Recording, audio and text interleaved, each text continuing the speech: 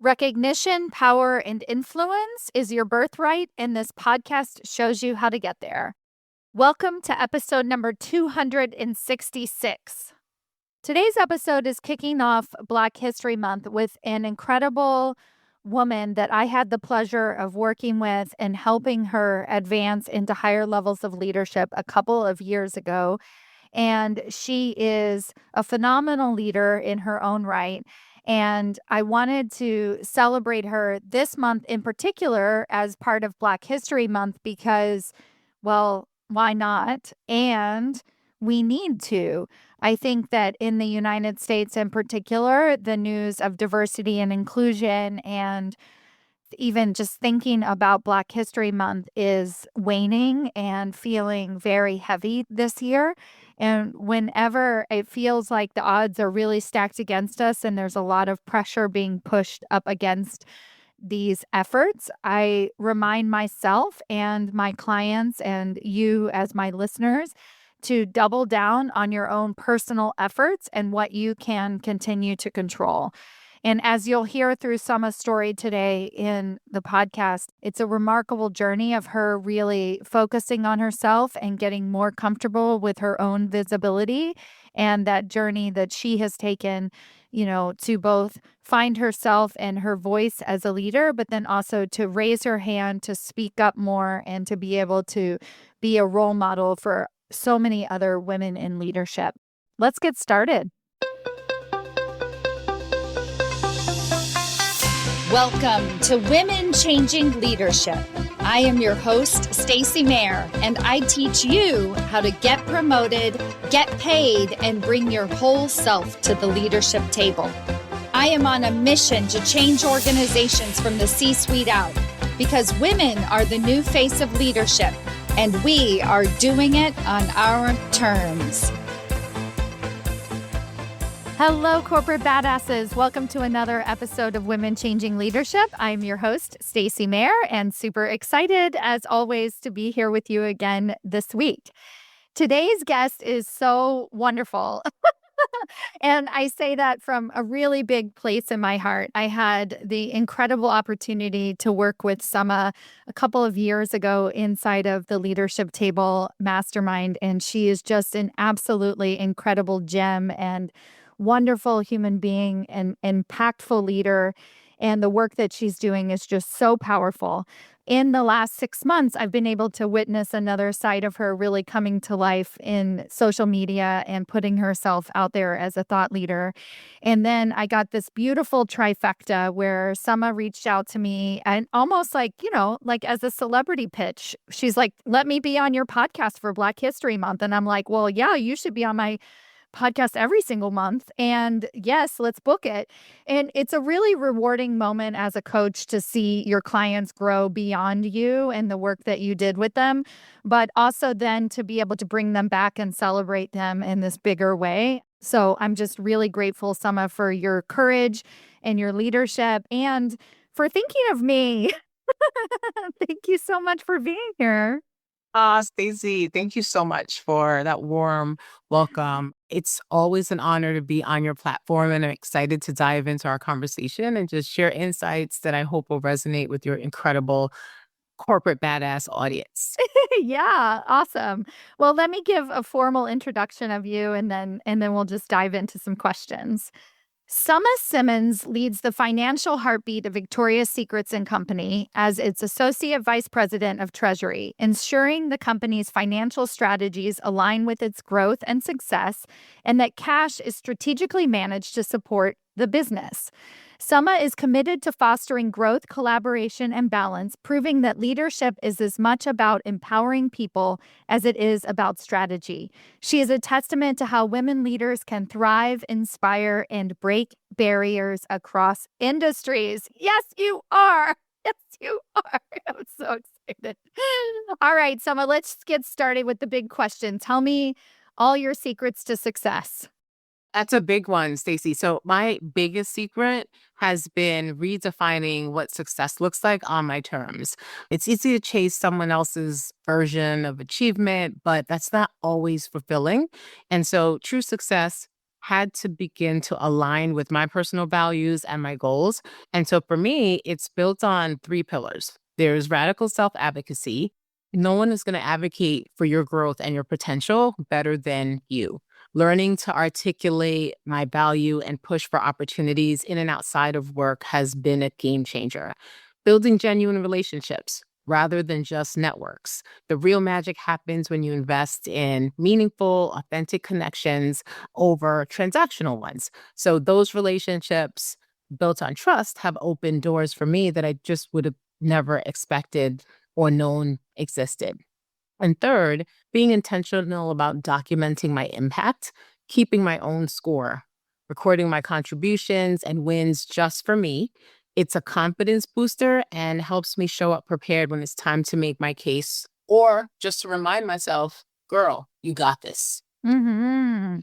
One of the things that I was really excited about our conversation today was to be back in your home office, and I told you that. I was like, "Oh, I hope we're gonna be in her office." She has this unbelievable painting behind her, and then also, reminders, good vibes, so on, right? Everything in your background screen. I think I actually used you as an inspiration a couple of years ago in a podcast episode where I was talking about if you can just up level your Zoom background, at least that tells you and reminds you, but it also reminds everybody else about like pretty much like your 3x vision and how you see yourself and how you view the world. So you were talking about this idea of self advocacy as one of your pillars, but I also see self advocacy just in how you show up, right? Like if you show up as a corporate badass, people are going to start to see you that way, right? So can you talk about maybe some of those ways that aren't always like, hey, pick me, but maybe some of those more subtle ways? And I mean, actually, take a look at her background if you get to see the video clips. It's not that subtle, but it's absolutely incredible and so impactful. So tell me more. Sure. Before we get there, I don't know if you can see it. So right in front of like that green like fern is my little corporate badass that you sent me. It Do you is. see this? It is. I see it now. Oh, that makes me so. I give all of my clients a corporate badass plaque as a part of this reminder. Thank you for saying that. You're most welcome. It's hard to see it because it's transparent, but I look at it every day. It's about exactly what you said. So I think of this as branding, my personal brand. When I was designing my home office during the pandemic, I used to sit in that corner and I was spacing a corner in an office with 3 windows and tons of natural sunlight. And I couldn't figure out why I was so cranky. Well, number one, I was facing a wall. I didn't know when the sun was going down, when it was snowing, whatever was going on. And I thought about you're spending 14 to 15 hours in here every single day. What would make you excited to come into your home office? And I just thought about what makes me the most excited, and it's color, pops of color, my favorite colors, the fuchsias, the teals, etc. And then I started thinking about I was at a new company during the pandemic. I literally started shortly after the pandemic, working fully remote. And I thought, this is going to be your first introduction to these new people. How do you want them to think about you? Before they get to know you, how do you want them to associate you? This is a great way for association. There were a couple things. Number one, I interviewed using this background. And the first thing I thought was, well, this kind of screams unapologetically Black. So if I'm not going to get the job, they just need to know up front that this is who you're hiring. And if I get the job, then I know that they're comfortable with it. But there was something to be said about being really transparent about who I am and highlighting my authenticity in ways that I'm proud of.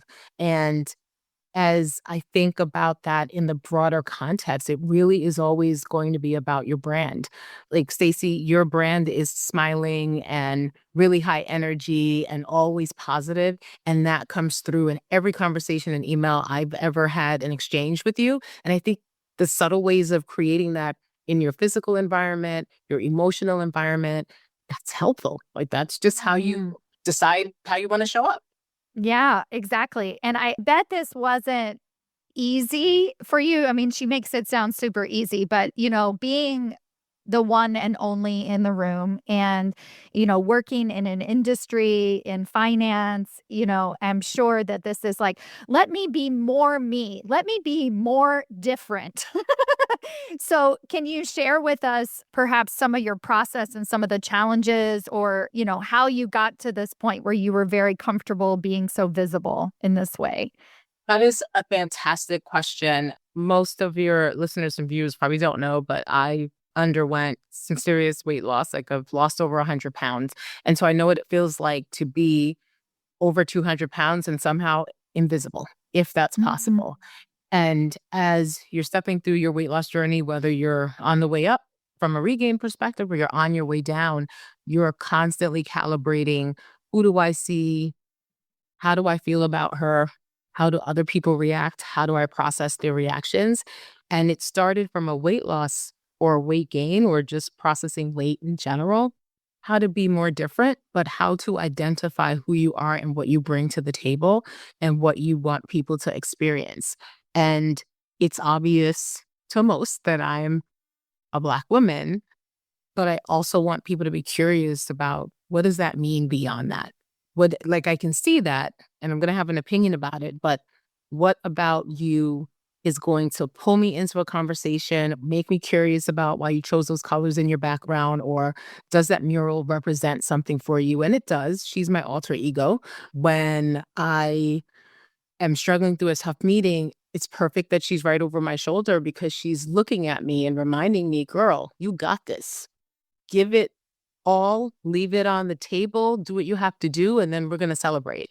And so it's just my personal reminder, as well as any challenges with imposter syndrome. This woman over my shoulder is like, "Mm-mm, we're not doing that. We are here, we are present, and let's just deliver that." So I think I guess that would be how I think about Beautiful. being different and just showing up as who I am. I can't control the difference, but I certainly can elevate what that difference entails and invite people by way of curiosity to learn more about me. If I'm on a call and someone doesn't ask about my background, I'm really shocked. Like it comes up in every conversation. And so if the person isn't into it, it sends up like a little red flag. Either disengaged, they're not paying attention, or the energy is weird. Like everyone asks. The first question is it virtual or is it real? And it's very much real. It's three. So that helps me understand who I am engaging with and perhaps how much of my authenticity do they deserve? Do they get Yeah. transactional Summa or do they get fully engaged girl over the shoulder Summa? Yeah. Oh, that's amazing. So, speaking of this transactional summa and, having both sides of yourself, I think working in an industry and being a finance professional lends itself to more transactional approach, right? And technical background, and your conversations can be very much in the weeds every single day of your career. And also, I remember, even thinking about your longer term career visions, it was difficult to imagine, being a controller or like you right, like the career path seems very kind of set in stone and kind of rigid and basically is like more work, more problems along the way, right? So how did you find yourself navigating that aspect of the career path and the industry that you chose? I think I am a technical person just by nature. I'm operationally inclined. Like I want to understand how the pieces fit together. I love when the pieces fit together, but I am also very personable in real life. Like, yes, let's work through the work, but also help me understand how what we're transacting fits into the big picture. And oh, by the way, are you a coffee person or a tea person? And I think just getting to know who people are behind the transaction makes the work so much more meaningful.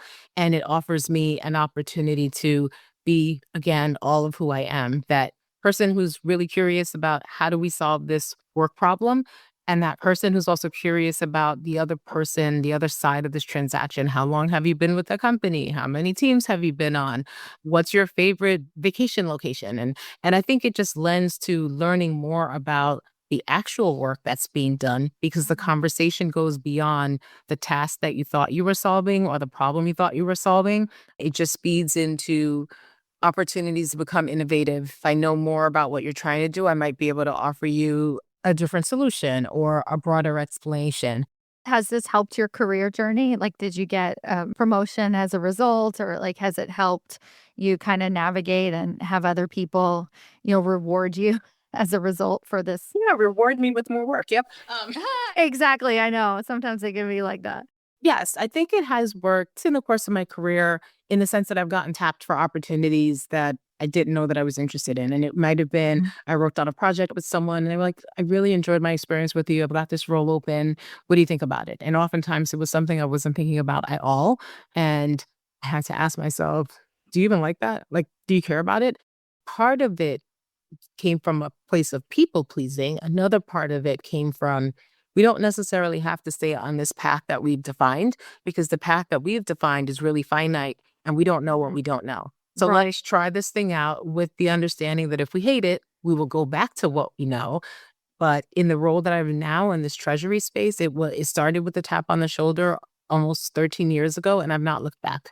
So I've proven to myself and to others that how you do one thing is how you do all things. And if you show up for the very basic transaction and put your best foot forward and be engaged, you have no idea where that's going to lead. And so just to think about it at Starbucks, like baristas have no idea who they're serving, right? So you deliver really great customer service and eventually you might land on the opposite side of a job offer for something incredible, like leading, I don't know, a client experience team just by remembering someone's order, Mm, preparing it properly, serving them with a smile, and just being friendly. Like you just have mm, no idea who you're talking to, and you're always auditioning for your next job or next opportunity. right. So I found that that worked really well for me. Yeah. And I didn't And feel so like I was forcing it. Like it's just who I exactly. am. Yeah, exactly. It's like curiosity and conversations and showing up powerfully and doing what you do best, as well as the financial side of it and the technical side. That's great. So, what is next for you? And by next, I always mean like 3X vision, longer term career vision, and so on. So, what are you up to? What are you like conjuring and bringing in? Injury. Oh, that's such a great question. From a conjure perspective, I think, as I mentioned, I am trying to be more thoughtful and more broad in my thinking about what success looks like. And for the better part of my career, up until maybe 6 months ago, it's been super linear. I am in this role and I'm aspiring to be in this role that goes right after that. And maybe I thought about the one after. And now I'm thinking more about breadth and Mhm. depth. So I get a ton of fulfillment from my day job, but I've also have been spending a lot of time with solopreneurs and understanding what it's like to try to start a business and sometimes you still have a full-time job. And the biggest fear that most solopreneurs have is not that their business will be successful or will they get clients. They have terror around taxes. Like they are just Oh my gosh. Yes. mortified by, oh my gosh, is my business going to fail because the IRS is going to accuse me of not?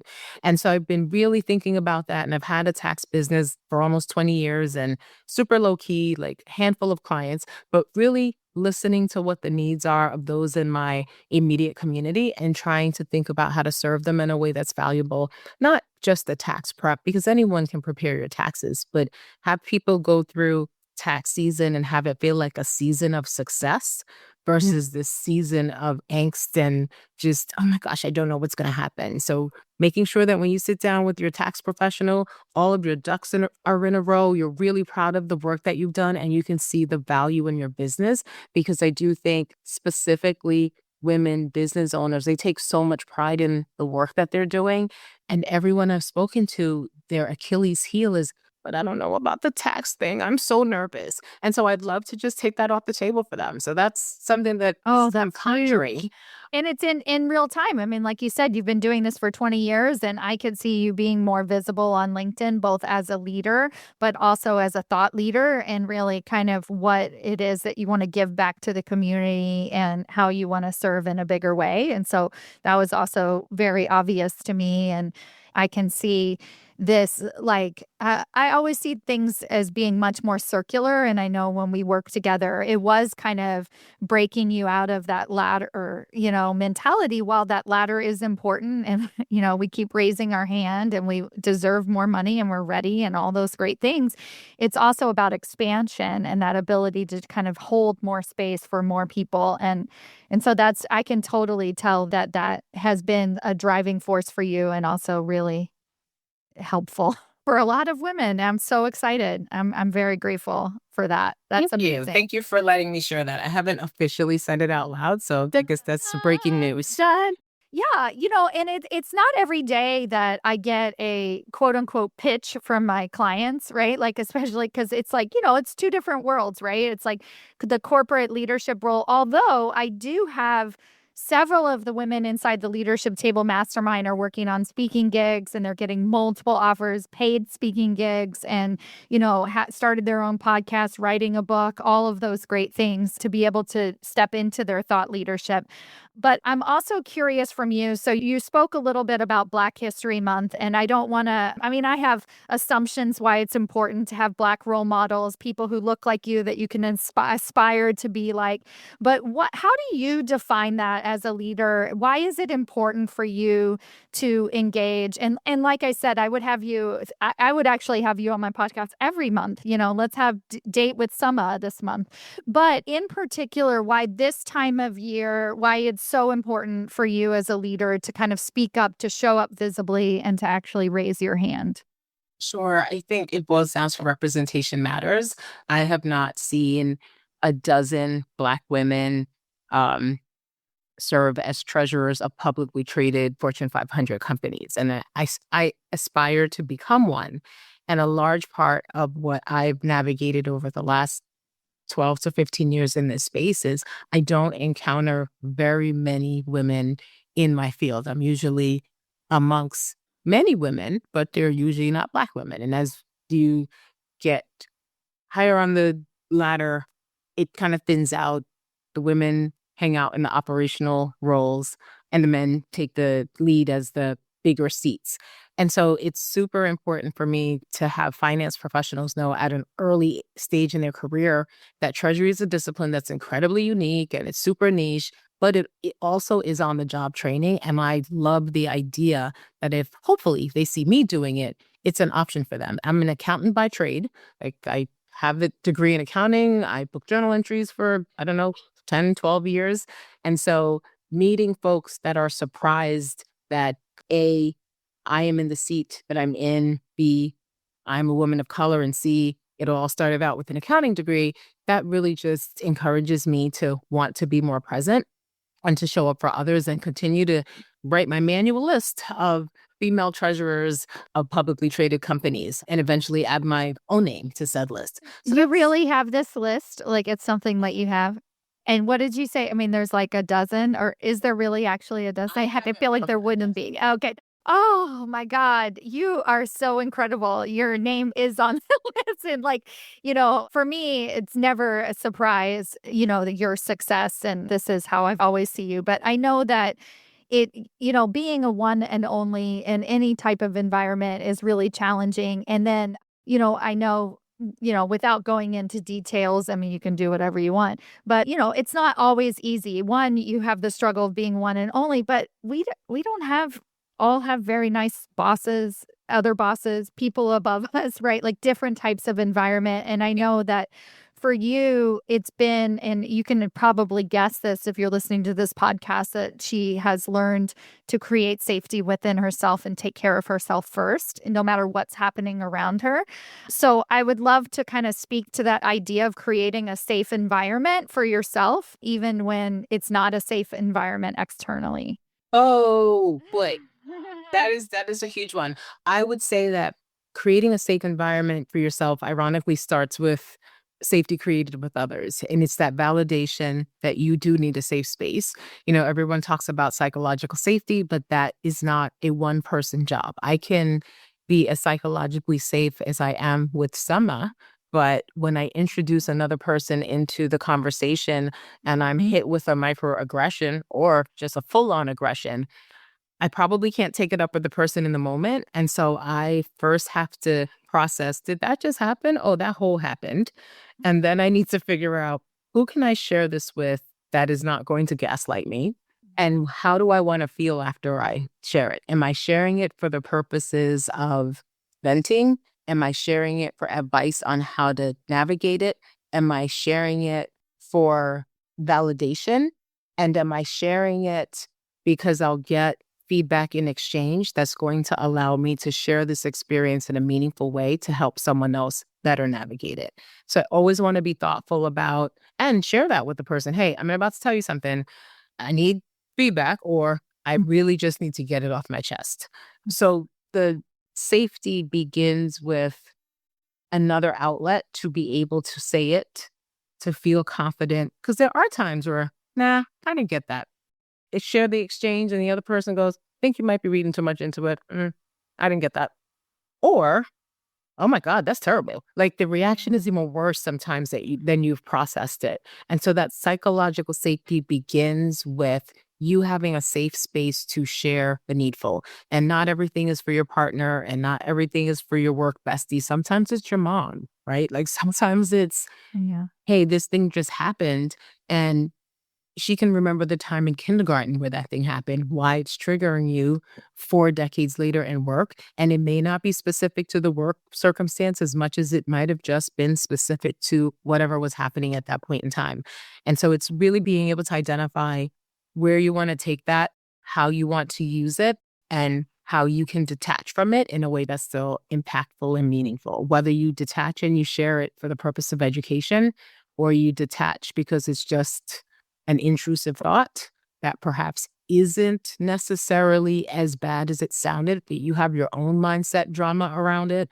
And so it's all of that, figuring out, was that a true offense? Is my reaction to it realistic? And how do I want to move forward? Yeah. Yeah. I mean, there's a lot of thought put into this and a lot of practice. Like it seems like a lot of practical application. And just like we talk about our career path and being very intentional and being open and allowing space, this idea of creating psychological safety both for ourselves and others is a daily practice, sounds Absolutely. like, from what you're sharing. And so thank you for saying that. I think it's really important for us to hear and to, witness. So now, not you've gone beyond your mom. Now we all got to hear. So speaking of that, I know some of this is what you're also sharing in a very vulnerable way on LinkedIn, and I recommend everybody follow her on LinkedIn so that we can beat the algorithm. Beat the algorithm for Yeah, sure. exactly. Yeah. So, anyway, how has that process been of sharing vulnerably different situations and practices that you have? And you talked about how you get direct messages. People come in and say, me too, me too. So I'm sure some of this has come up for you. Yeah, the LinkedIn journey has been really fulfilling in a way that I didn't anticipate. Anyone who starts following me, thank you in advance. If you go back about 6 or 7 months, you'll find that my posts were probably not as spicy as they are today. Like I was speaking in a vacuum, and it was about everything and nothing. And there were things behind it. But the big fear was people that I work with and have worked with follow me. And do I want them to know? And I just got past it. And I was just like, there are more people in the universe of LinkedIn than the thousands of people that you've worked with over the 10 companies you've worked for. You have a story to tell the story. Like protect Mhm. the innocent always, but tell the story because you struggled with this. This is a really therapeutic way for you to release it. But more importantly, there's someone else going through exactly this thing right now, and they need to know they're not the first, they're not the only, and they're not the last. And I always like take this deep breath once I hit publish, and I'm like, oh Lord, how is this gonna die? Either there's gonna be no likes or no comments, and it's gonna be, did it fall flat? And what I learned is most people read it, they resonate, and if I see them in person, say in the office or out and about at networking events, they can recap 10 posts. Oh my gosh, that one spoke to me. And I'm like, why don't you hit like? But it's not about the life, right? It is about the fact that people are connecting with me on a personal level, and they're identifying what we have in common beyond what we have in common, which is work. So we go back to that transactional conversation. I may only talk to you once a month to discuss what the journal entries are for this month, but now you know that I've undergone a weight loss journey, and now we're talking about that. Now you know that I am a woman of color. You already knew that. That doesn't have children. that struggles with what does that look like at work? Is my time less or more valuable? And you might be in a similar situation. So there are all of these new platitudes that create layers of relationships that otherwise would have been so one-dimensional. And I like to believe that hopefully what I've been posting on LinkedIn is not going to cost me a job someday, but it is going to invite others into my universe and me into theirs because of the vulnerability, but more importantly, the empathy and our ability to work together to make sure that the next generation of women understand that it is okay to feel how you feel. You are not the only one, and you can unpack it. You just need to be clear about what you're going to do with it once it's unpacked. Do you carry it around? Do you put it away?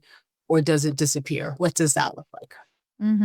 Yeah. And as we, full circle to the beginning of this podcast episode, we know that you're comfortable in your own skin and you're putting it out there, right? So it's like, well, if you don't like it or whatever, that's on you. Here I am. This is what you get. So I can see that. So, in terms of career advice and really thinking about navigating, the corporate ladder or expanding the corporate ladder, as it were, what advice do you have for a woman who's looking to get promoted or move up in her career, but is feeling a bit stuck and can't quite navigate all the various different ceilings that keep getting above her? Number one, get a coach. Yes, I would have to agree. And in all seriousness, we've all been stuck or we thought we were stuck. And the first thing is to just give yourself grace, right? This idea, especially if you're watching other people every 2 years, they're just getting promoted. Doubt doesn't mean that you're on the wrong path. It often means that you're pushing boundaries that need to be pushed. And sometimes those boundaries are with yourself. If you're working towards a role, a promotion specifically, and you're not making any traction, a couple of questions that you may want to ask yourself. Why do I want this? Do I want it because it feels like what I should want? Do I want it because someone said that it's attainable? Do I want it because I'm really passionate about it and I think I could be great at it? And process that. And there's no wrong answer to that. If the answer is, I've been here for 15 years, it seems like I should be promoted. Okay. But what does that process look like to you? And is the process itself and the journey worth it? So I think have the honest conversation with yourself. There's a lot of chatter before you talk to your coach. Just get really clear about why do you want this? Because likely your coach is going to ask you that. And you don't need to waste a session trying to figure out, I don't even know if I really want this or not. So have that moment, sort through it, really start thinking about what does that next step mean for your social life, for your personal life, for your intrinsic value and your external value. So process all of that. And it's okay if you say, I don't think I'm ready. I don't think I want it that badly. And it's equally okay if you say, I want this no matter what. And once you decide that I want it no matter what, then you have to create a strategy. At this stage in the game and at this stage in your career, just wanting it isn't enough. Having TBs with your leader and hinting at it isn't enough. Being really clear on what the promotion process looks like at your company, understanding how your boss, your leader thinks about promotions. Some leaders don't. You should never ask. They want to give it to you when they're ready to give it to you.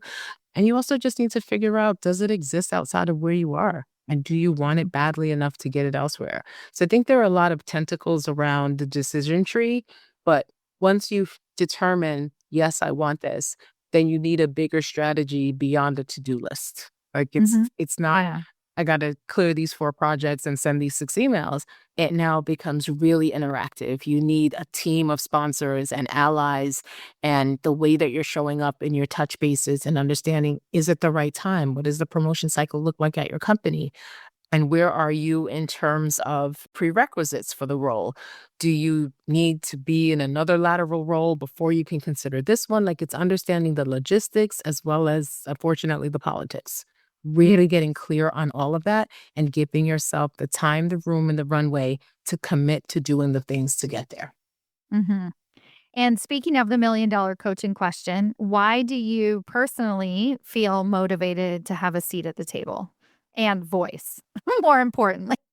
I feel motivated to have a seat and voice at the table because there are so many women. Someone said to me today, I want to talk to my leader about this, but I'm reluctant to bring it up because women tend to get the reputation for complaining if they address something that went awry. And the individual's right. We do get that reputation. That doesn't mean the reputation is accurate. And I think having a seat at the table and being able to hear the sidebar conversation and set the record straight and be able to identify, no, that's not a complaint. That's a real concern for our full leadership team. Like, it's not a Stacy specific issue. If this is how we're showing up as leaders, we have a bigger challenge, and we need to think about what behavior would better demonstrate the leaders that we want to groom. So having that seat creates the opportunity to speak up for Summa 5 to 10 years ago. That was just hoping someone would get it. And also it's challenging the status quo and getting some more context behind how are the other decision makers making their decision? Is it entirely social? What are the components, and understanding that and being able to offer that insight to others in a meaningful way without obviously sharing too much, but just being a part of the decision and helping other individuals to be more thoughtful about, is it possible that there's some unconscious bias that's baked into this entire process or conversation? Is there a way for us to think of this from a different perspective? Being curious. It's really why I want to have a seat at the table, to be able to vet what's going on and know that if I weren't sitting here, would I still have an equal shot? If that's what it boils down to. If I weren't sitting here, is there somebody that's, managing the checks and balances to ensure that everyone who's worthy, are they being given a fair shot? Yeah, so good. Oh, I'm so grateful that you're on this journey. Beyond LinkedIn, are there other ways that my listeners can connect with you? Still working on my Instagram or struggling on being on so many socials at once, but LinkedIn is a place to start. Powerful. And It's you pretty hear her too. Absolutely TM me. I am certainly still taking speaking engagements for the rest of 2025. That was something else that I didn't necessarily speak to. Just taking this show on the road, I've attended a couple of conferences and been able to speak through my career journey. And it's been fantastic, especially spending time with college students, like sharing with them. You're in a very safe space. Everybody that's in the university and in the educational institution is rooting for you. And the reality is, you're going to step outside of this very protected wall and you're going to walk into someone's corporate America or someone's nonprofit, and they would have very well recruited you. And you may get there and not feel like you belong. What does that look like? How do you navigate it? What does the process look like? What tools do you need? You need a really reliable support system inside and outside of work. But I think it's the awareness that you're not going to learn every single thing you need to navigate your first job. And that's okay.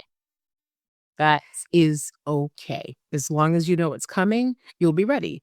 It's the things that I would have wanted at 20 and 21 that it took me to like 35 and 36 to learn. So if you're listening to this episode a couple of years from now and you're trying to find Summa's book on Amazon, it's SUMMA.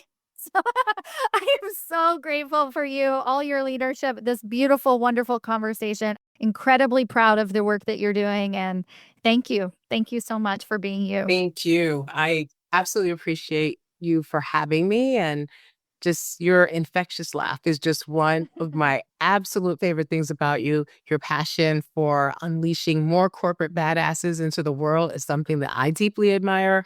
And I just thank you for creating this impactful space and for the opportunity to be a part of it. Thank you.